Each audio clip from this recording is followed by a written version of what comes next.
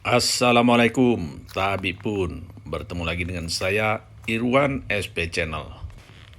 Para pemirsa, para kobista dan sahabat petani sekalian, kali ini kita mereview lagi kopi di Cenggiring. Hari ini tanggal 10 Maret 2024.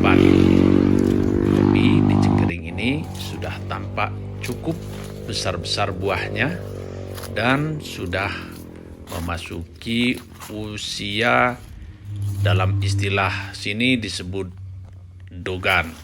Artinya tinggal menunggu pengerasan buah dan penuaan buah sehingga buah dapat dipanen. Dan perkiraan dari fase dogan ke fase tua atau merah itu memakan waktu sekitar 2 bulan.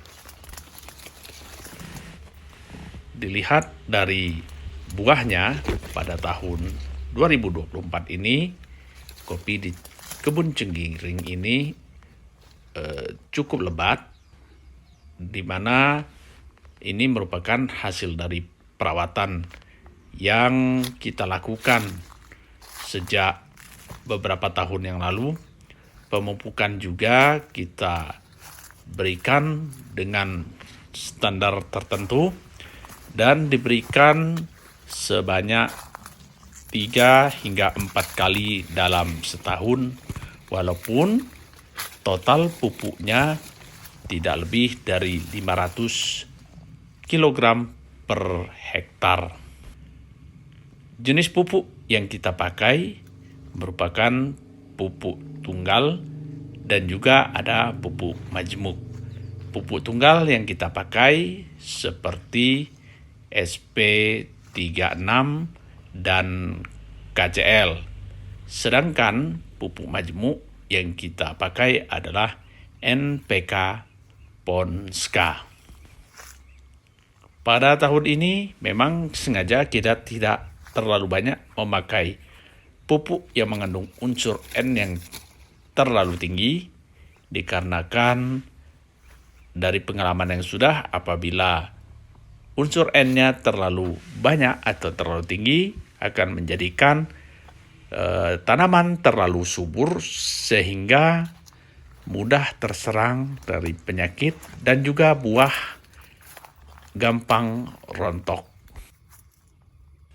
Pada kebun ini diperkirakan per hektar dapat menghasilkan antara 2 hingga 2,5 ton biji kering dari setiap hektarnya. Dan perkembangan dari pohon kopi pada saat ini masih cukup segar-segar, daunnya masih hijau, dan juga terlihat perkembangan ranting B0 masih cukup baik, sudah mencapai antara 8 hingga 12 ruas, di mana B0 pada kebun ini ada 2 titik tumbuh. Yang pertama saya menumbuhkan pada bulan November, namun ada sebagian yang ditumbuhkan pada bulan 1.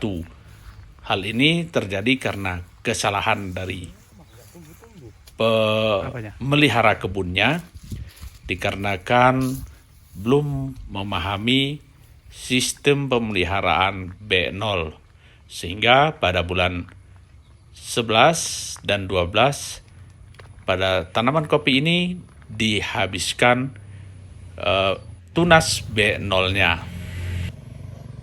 Dan penumbuhan B0 pada bulan 1 ternyata pada bulan 3 ini sudah mencapai 7 hingga 8 ruas, dan perkiraan saya pada bulan 6 yang akan datang sudah mencapai tidak kurang dari 12 ruas.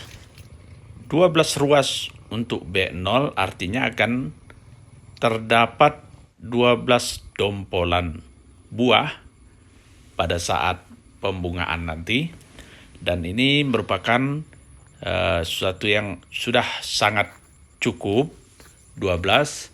Namun untuk tunas B0 yang dipelihara atau tumbuh di bulan 11 itu akan mencapai lebih dari 15 ruas atau 15 dompol pada setiap rantingnya, dan tentu saja akan lebih baik pembuahannya. Ada hal yang saya perhatikan untuk pemangkasan pada tanaman kopi ini. Ternyata pemangkasan itu memerlukan jadwal tertentu. Artinya pemangkasan tidak boleh lewat dari bulan 11 atau paling akhir itu bulan 10. Apabila pemangkasan dilakukan setelah pemekaran bunga selesai, ini akan mempengaruhi jumlah buah pada tanaman kopi. Ini terbukti pada beberapa tempat di lahan kami yang dilakukan pemangkasan setelah bulan 10 atau dilakukan bulan 11 dan 12, terlihat memang buahnya berkurang atau kurang dibandingkan dengan tanaman kopi yang dipangkas pada bulan sebelum bulan 10 atau bulan Oktober atau sebelum pembungaan berakhir.